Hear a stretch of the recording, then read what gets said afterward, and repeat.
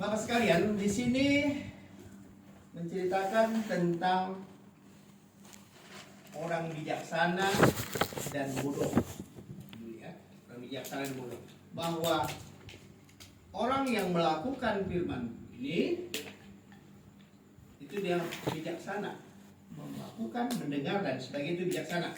Karena di firman ini dikatakan bahwa ini didasarkan mendengarkan lalu melakukan, mendengarkan lalu melakukan, mendengarkan lalu melakukan. Coba Bapak lihat, Bapak Ibu lihat di yang saya kirim di Roma 10 ayat 17. Siapa yang dapat bacakan? Yang saya kirim di WA ada di situ. Roma 10 ayat 17. Ayat 17. Jadi iman timbul dari pendengaran dan pendengaran oleh firman Kristus. Ya.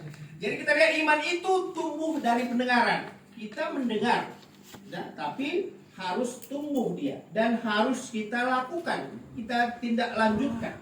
Jadi itu dia. Jadi kita lihat di sini dasar dari ini kita lanjutkan, kita dengar dan kita lanjutkan. Juga kita lihat dari berikutnya Yakobus 1 ayat 22 sih Pak ya. Baca Pak, silakan. Sebab jika seorang hanya mendengar firman saja dan tidak melakukannya, ia adalah seumpama seorang yang sedang mengamati mukanya yang sebenarnya di depan cermin. Kita lihat kalau mengamati mukanya di cermin tidak melaksanakan, itu repot juga. Jadi kita lihat batu karang. Jadi di sini kita lihat, jadi keluarga itu seperti batu karang yang teguh, punya pondasi. Ya, kalau kita lihat ada bangunan, kalau dia pondasinya enggak kuat bisa jatuh, ada angin dan sebagainya itu jatuh. Maka diminta sini pondasi yang kuat, batu karang. Kalau saya baca tadi dalam sejarah Alkitab, batu karang, dan di dalam Alkitab juga di sini batu karang itu kita katakan di sini di 1 Korintus 10 ayat 4. Jadi batu karang itu bukan berarti batu. Katanya tadi orang itu mendirikan sebuah keluarga itu mendirikan rumahnya di batu karang supaya jangan ada rubuh, ada air dan sebagainya, tidak di atas pasir. Kita lihat 1 Korintus 10 ayat 4 supaya kita jelas. Silakan Bapak. 1 Korintus 10 ayat 4.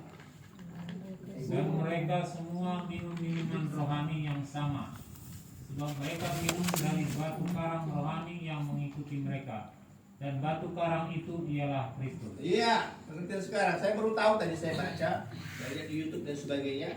Batu karang itu adalah Kristus. Jadi pengertian harafiah kita batu karang.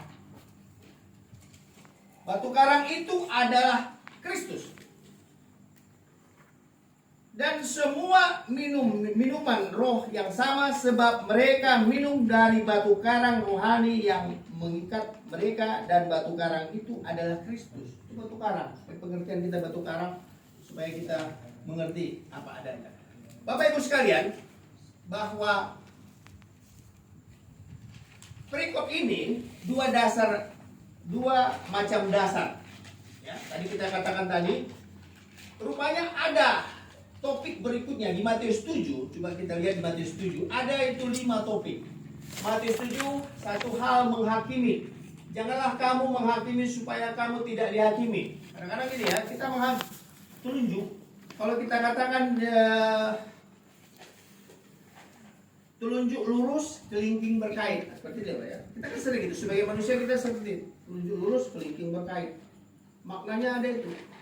Kita hanya menuduh-nuduh. Sebenarnya kita ya.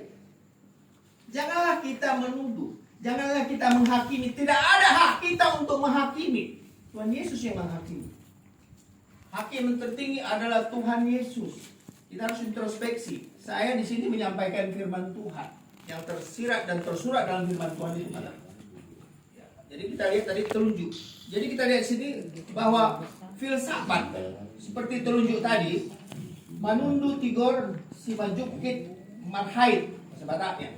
Jadi ada artinya lahir baik tapi batinnya jahat, kira-kira gitu.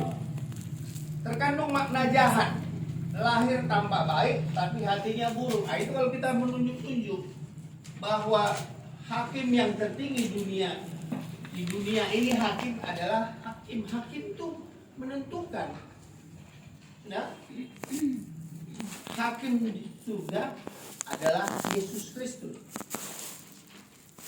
Pengadil di dunia ini hakim, memutuskan, menimbang dan sebagainya. Sekian 5 tahun, pas, itu hakim. Hakim di surga Tuhan Yesus. Jadi kita di sini jangan menghakimi. Kalau salah kawannya bisa kita ingatkan, jangan menghakimi. Kenapa? Bahwa tidak ada hak kita untuk menghakimi sesama. Tapi Tuhan Yesus lah yang menghakimi. Itu dulu. Maka kita supaya mengerti. Kadang-kadang kita kan mau masuk ke masalah privasi, menghakimi orang. Beginilah dia. Oh begini. Kalau kita udah gak suka sama orang, rambutnya aja mereng sedikit aja. Ah kan, itu kan? Dari salon dia tapi begini itu menghakimi. Nah, tapi itulah kita sebagai manusia, kita sering menghakimi seperti itu. Nah, Bapak Ibu sekalian, bahwa tadi satu tentang hal menghakimi. Topik kedua di Matius 7 tadi, hal yang kudus dan berharga. Jangan kamu memberikan barang yang kudus kepada anjing, dan jangan kamu melemparkan mutiaramu kepada babi. Itu yang kedua ya. Yang ketiga, hal pengabulan doa. Mintalah maka akan diberikan kepadamu.